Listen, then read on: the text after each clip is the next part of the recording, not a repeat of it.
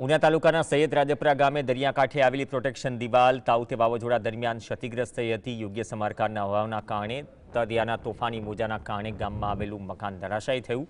આ દુર્ઘટનામાં 6 લોકોનો ચમત્કારિક બચાવ થયો।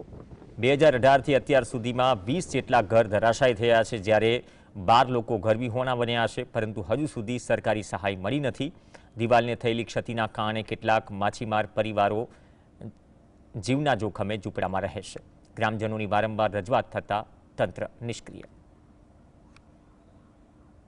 सरकार ने मारी एक ए विनंती है कि तावते वावाजोड़ाथी अत्यारे 4 वर्ष जेवो समय थयो, तो आवा मुद्दा छे एने तात्कालिक गंभीरता लई अने 1 वर्षनी अंदर ज पूर्ण करवानुं होय एनी बदले 4-4 वर्ष थई गया छे।